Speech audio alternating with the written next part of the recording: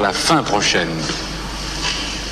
Oui, parce que j'ai commencé toute cette histoire en décrivant, quelque sorte en racontant un tableau de Velázquez, Les Ménies.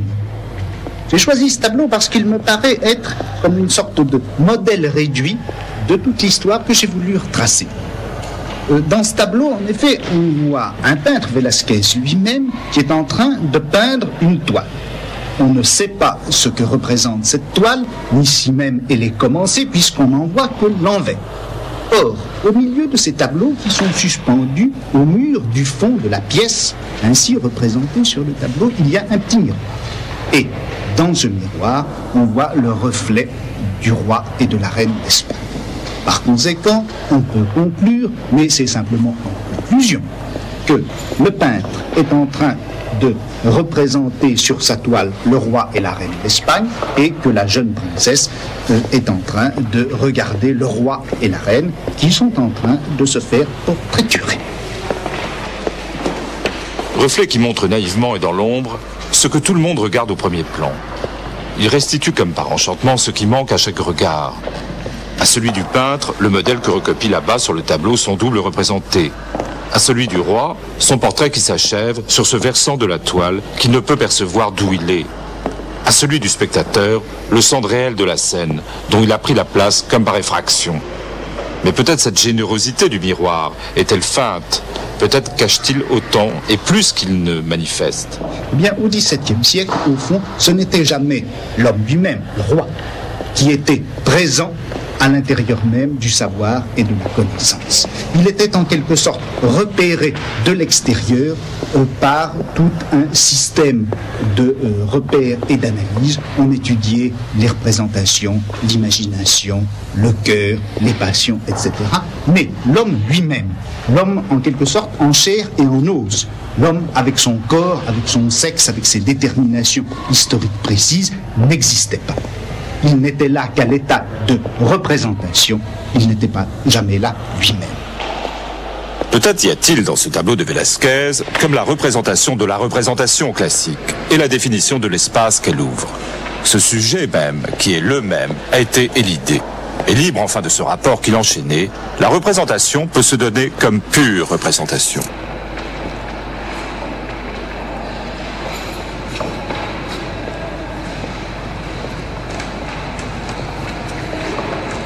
J'avais tendu bêtement un vilain piège au lecteur. Je l'avais appelé Les mots et les choses, ce livre.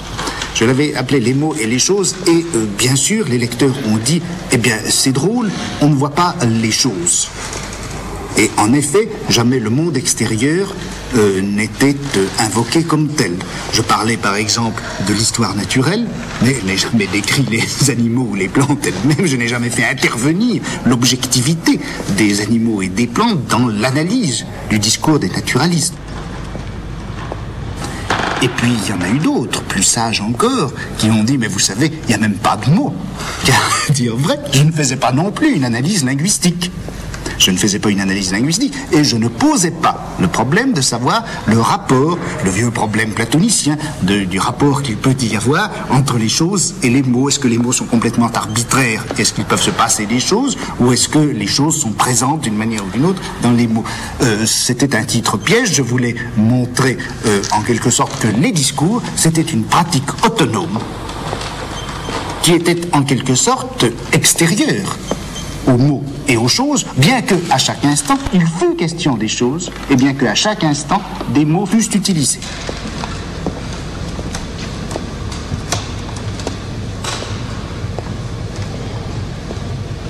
Eh bien, je crois que l'homme a été, sinon un mauvais rêve, sinon un cauchemar, du moins une figure très particulière, très déterminée, historiquement située à l'intérieur de notre culture. Avant le XIXe siècle, on peut dire que l'homme n'existait pas. Ce qui existait, eh bien, c'était un certain nombre de problèmes, c'était un certain nombre de formes de savoir et de réflexion, où il était question de la nature, où il était question de la vérité, où il était question du mouvement, où il était question de l'ordre, il était question de l'imagination, il était question de la représentation, etc. Mais il n'était pas, à vrai dire, question de l'homme. Au début du XVIIe siècle, en cette période qu'à tort ou à raison on a appelée baroque, la pensée cesse de se mouvoir dans l'élément de la ressemblance.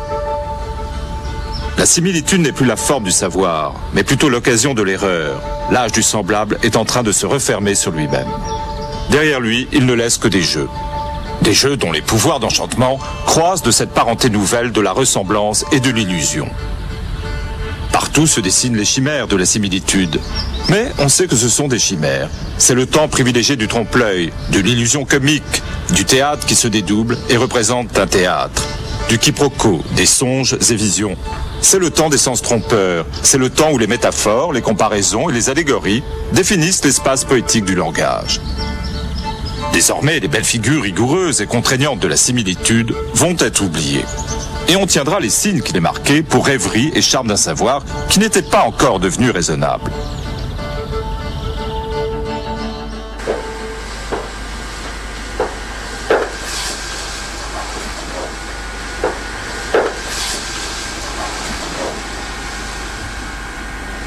La critique cartésienne de la ressemblance, c'est la pensée classique excluant la ressemblance comme expérience fondamentale et forme première du savoir, dénonçant en elle un mixte confus qu'il faut analyser en termes d'identité et de différence, de mesure et d'ordre.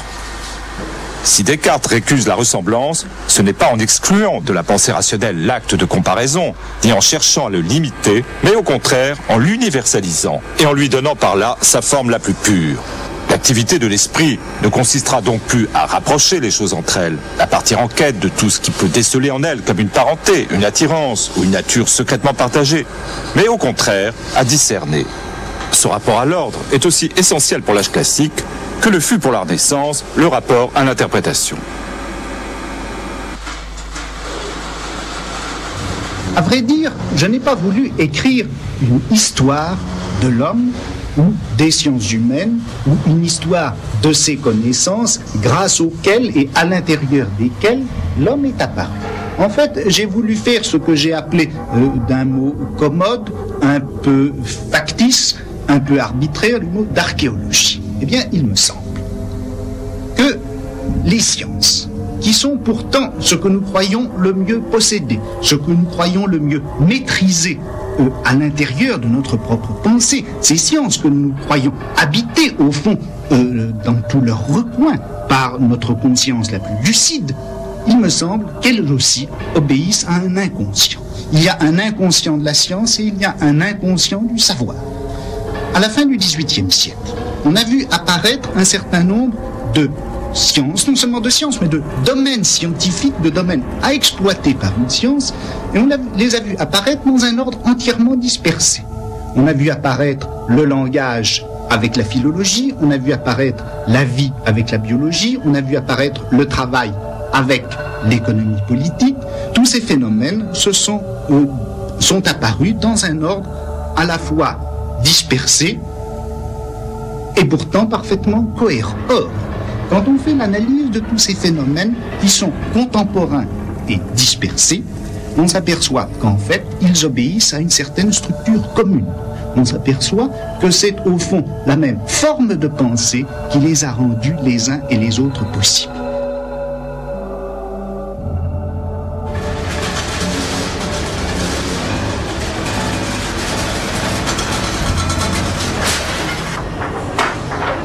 À partir du XVIIe siècle, tout le domaine du signe se distribue entre le certain et le probable. C'est-à-dire qu'il ne saurait plus y avoir du signe inconnu, point de marque muette. On peut définir maintenant les instruments que prescrit à la pensée classique le système des signes. C'est lui qui introduit dans la connaissance la probabilité, l'analyse et la combinatoire, l'arbitraire justifié du système. C'est lui qui donne lieu à la fois à la recherche de l'origine et à la calculabilité, à la constitution de tableaux fixant les compositions possibles et à la restitution d'une genèse à partir des éléments les plus simples. C'est lui qui rapproche tout savoir d'un langage et cherche à substituer à toutes les langues un système de symboles artificiels et d'opérations de nature logique.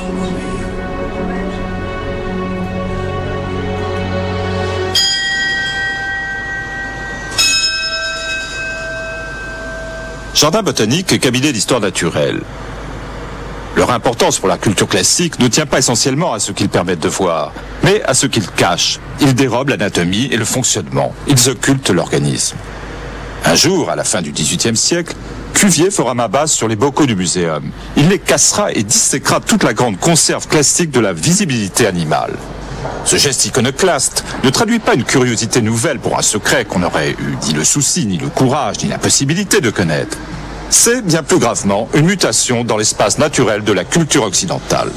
Le début de ce qui permet, en substituant l'anatomie au classement, l'organisme à la structure, de précipiter dans le vieux monde plat et gravé noir sur blanc des animaux et des plantes, toute une masse profonde de temps.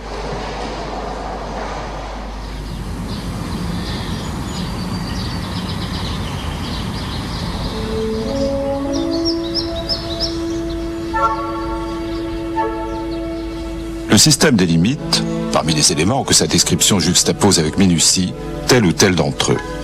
Ils définissent la structure privilégiée et à vrai dire exclusive à propos de laquelle on étudiera l'ensemble des identités ou des différences. Toute différence qui ne portera pas sur un de ces éléments sera réputée indifférente. Le système est relatif. Il peut fonctionner avec la précision qu'on désire. Linné a calculé que les 38 organes de la génération, comportant chacun les 4 variables du nombre, de la figure, de la situation et de la proposition, autorisaient 5776 configurations qui suffisent à définir les genres. Si on veut obtenir des groupes plus nombreux que les genres, il faut faire appel à des caractères plus restreints. Caractères factices convenus entre les botanistes, comme par exemple les seules étamines ou le seul pistil. On pourra ainsi distinguer les classes ou les ordres. Ainsi, le domaine entier du règne végétal ou animal pourra être quadrillé.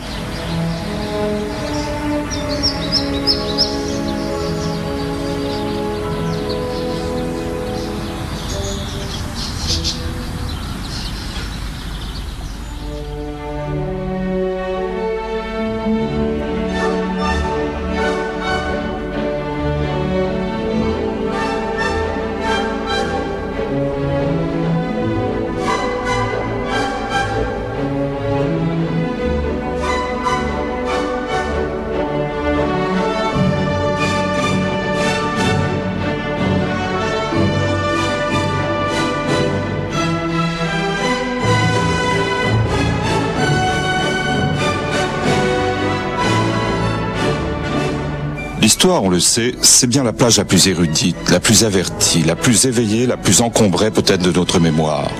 Mais c'est également le fond d'où tous les êtres viennent à leur existence et à leur scintillement précaire. Mode d'être de tout ce qui nous est donné dans l'expérience. L'histoire est ainsi devenue l'incontournable de notre pensée. Il a bien fallu un événement fondamental, un des plus radicaux sans doute, qui soit arrivé à la culture occidentale pour que se défasse la positivité du savoir classique et que se constitue une positivité dont nous ne sommes sans doute pas entièrement sortis. Cet événement, sans doute parce que nous sommes pris encore dans son ouverture, nous échappe pour une grande part.